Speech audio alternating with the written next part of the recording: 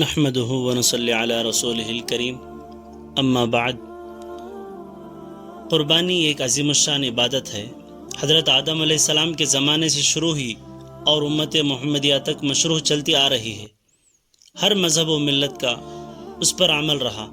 قرآن کریم میں ایک جگہ ارشاد فرمایا، ہم نے ہر امت کے لیے قربانی مقرر کی تاکہ وہ چوپائیوں کی مخصوص جانوروں پر اللہ کا نام لے جو اللہ تعالیٰ نے عطا فرمائے۔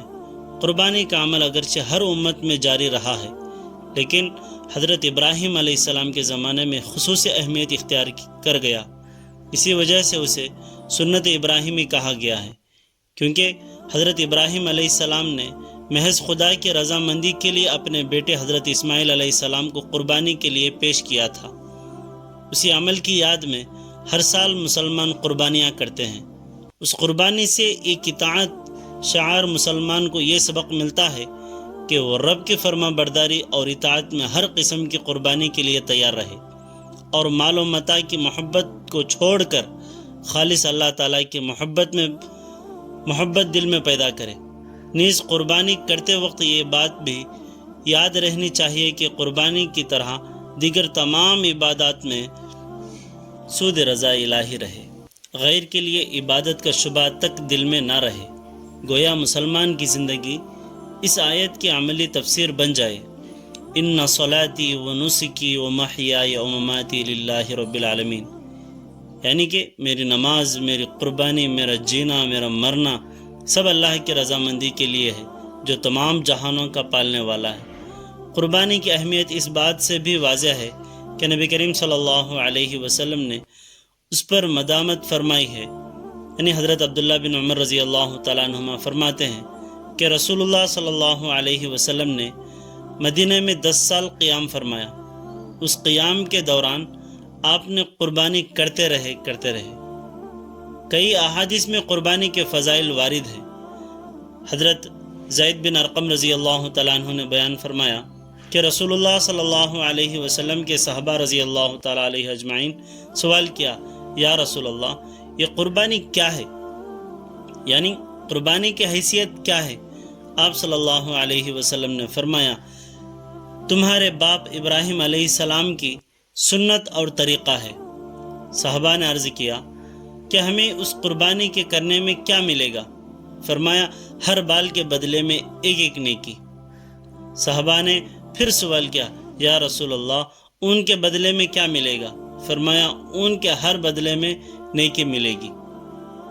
تو عید الاضحیٰ کے دن کوئی نیک عمل اللہ تعالیٰ کے نزدیک قربانی کا خون بہانے سے زیادہ محبوب اور پسندیدہ نہیں، اور قیامت کے دن قربانی کا جانور اپنے بالوں، سینگوں اور کھروں سمیت آئے گا، اور قربانی کا خون زمین پر گرنے سے پہلے اللہ تعالیٰ کے ہاں شرف قبولیت حاصل کر لیتا ہے۔ لہٰذا تم خوش دلی سے قربانی کیا کرو۔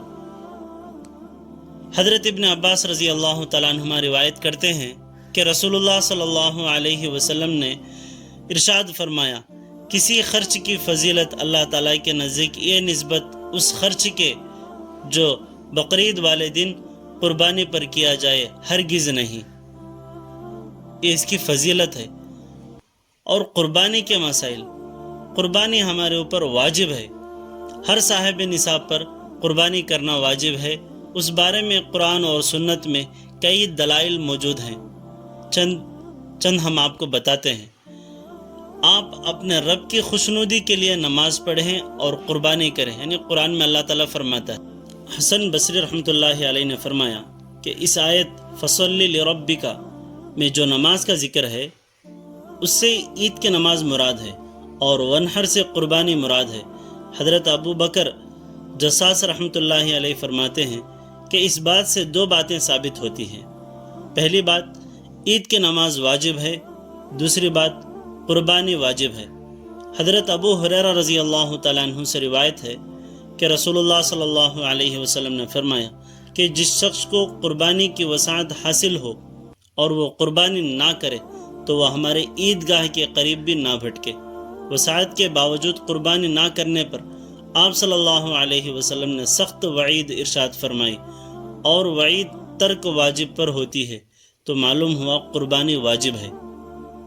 ہم رسول اللہ صلی اللہ علیہ وسلم کے ساتھ عرفات میں ٹھہرے ہوئے تھے تو رسول اللہ صلی اللہ علیہ وسلم نے فرمایا، اے لوگو، ہر گھر والوں پر ہر سال قربانی اور عطیرہ واجب ہے۔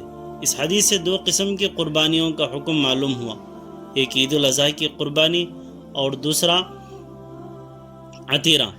عطیرہ اس قربانی کو کہا جاتا ہے جو زمانے جاہلیت میں رجب کے مہینے میں بتوں کے نام پر ہوتی تھی، پھر اسلام آنے کے بعد اللہ تعالیٰ کے نام پر ہونے لگی، لیکن بعد میں اسے منسوخ فرما دیا گیا۔ چنانچہ حضرت ابو ہریرہ رضی اللہ تعالیٰ عنہ سے روایت ہے کہ رسول اللہ صلی اللہ علیہ وسلم نے فرا اور عطیرہ سے منع فرمایا۔ فرا اس بچے کو کہا جاتا تھا جو اونٹنی پہلی مرتبہ جنتی تھی اور اس کو بتوں کے نام پر قربانی کیا جاتا تھا۔ ابتدا اسلام میں یہ اللہ تعالیٰ کے نام پر ذبح ہوتی رہی، لیکن بعد میں اس میں منسوخ کر دیا گیا۔ دوسری بات ہے، قربانی 4 لوگوں پر واجب ہے۔ پہلی بات مسلمان ہونا، دوسرا آزاد ہونا، تیسرا صاحب نصاب ہونا، چوتھا مقیم ہو مسافر پر قربانی واجب نہیں ہے۔ دوسری بات ہے قربانی کا نصاب۔ قربانی واجب ہونے کا نصاب وہی ہے جو نصاب صدقہ فطر کے واجب ہونے کا ہے۔ پس جس مرد یا عورت کے ملکیت میں 7.5 تولہ سونا یا 52.5 تولہ چاندی یعنی 50.5 پر 2 تولہ چاندی یا نقدی مال یا تجارت کا سامان یا ضرورت سے زائد سامان میں سے کوئی ایک چیز ان 5 چیزوں یا بعض کا مجمع 52.5 تولہ چاندی کی قیمت کے برابر ہو تو ایسے مرد عورت پر قربانی کرنا واجب ہے۔ یاد رہے کہ وہ اشیاء جو ضرورت اور حاجت کی نہ ہو بلکہ محض نمودار اور نمائش کی ہو یا گھروں میں رکھی ہوئی ہو اور سارا سال استعمال میں نہ آئی ہو تو وہ بھی نصاب میں شامل ہوگی۔ تیسری بات، قربانی کے جانور کون سے ہوں؟ اللہ تعالیٰ نے کل 8 جانور پیدا کیے، یعنی 2 صنفیں، یعنی مرد اور عورت، نر اور مادہ۔ اس میں سے 2 بھیڑ، 2 بکری، 2 گائے اور 2 بھینس، 2 اونٹ نر اور مادہ ہیں۔ قربانی کے جانور میں بھینس بھی داخل ہے کیونکہ یہ بھی گائے کی ایک قسم ہے، لہٰذا بھینس کی قربانی بھی جائز ہے۔ 5ویں چیز، جانور کی عمر۔ قربانی کے جانوروں میں بھیڑ بکری 1 سال ہو، گائے بھینس 2 سال اور اونٹ 5 سال کا ہونا ضروری ہے۔ البتہ وہ بھیڑ اور دمبا جو دیکھنے میں 1 سال کا لگتا ہو اس کی قربانی بھی جائز ہے۔ قربانی کے اندر کتنے لوگ حصہ لے سکتے ہیں؟ قربانی کا جانور اگر اونٹ، گائے یا بھینس ہو تو اس میں 7 آدمی شریک ہو سکتے ہیں۔ قربانی کا دن، یعنی قربانی کا دن حضرت عبداللہ بن عمر رضی اللہ تعالیٰ عنہ فرماتے ہیں، ایام معلومات سے جو مراد یوم نحر یعنی 10 ذی الحجہ اور اس کے بعد 2 دن ہیں۔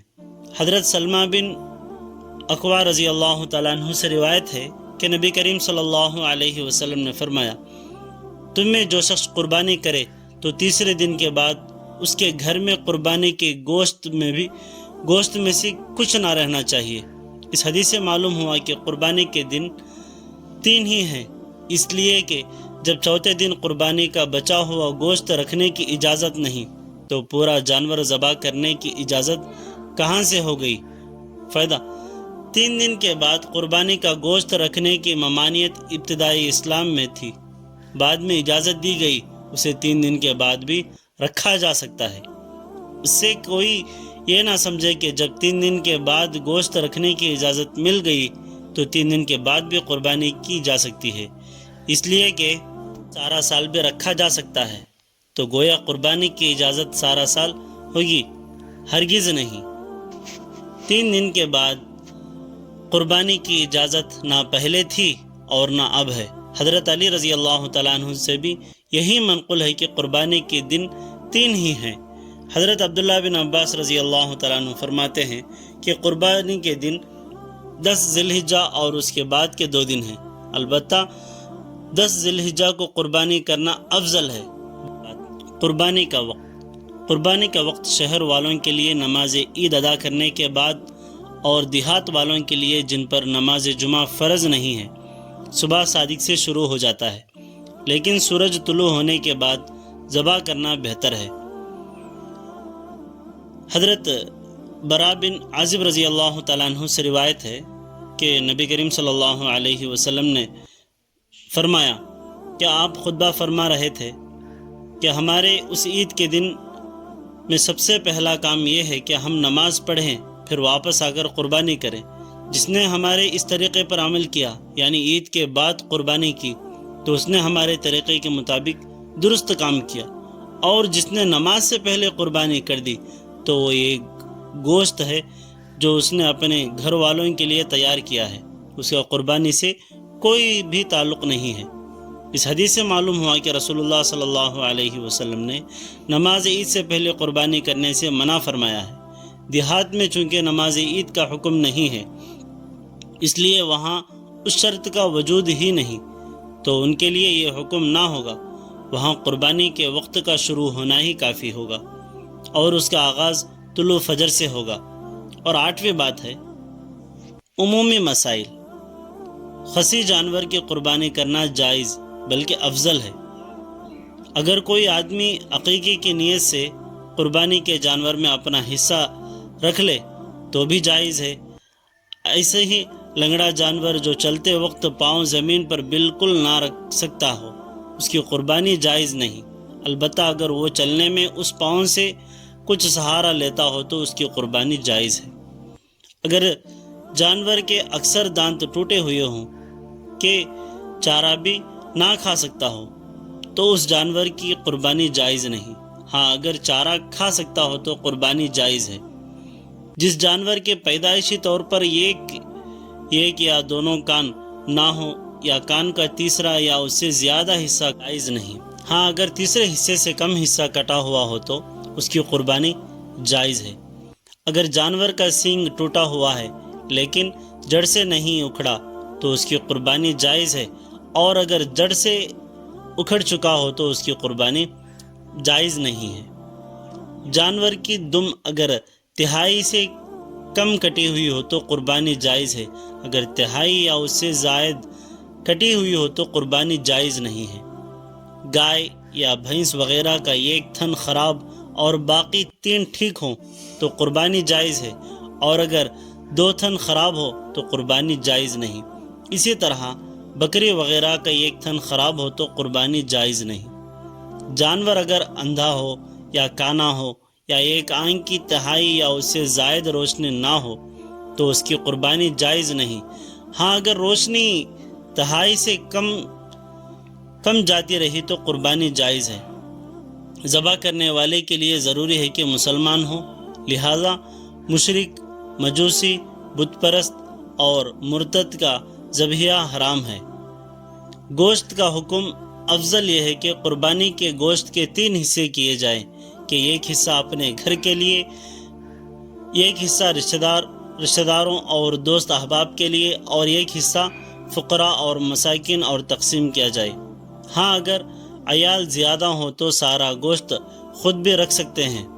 اگر قربانی کے جانور میں کئی حضرات شریک ہوں تو گوشت وزن کر کے تقسیم کیا جائے، انداز سے تقسیم کرنا جائز نہیں ہے۔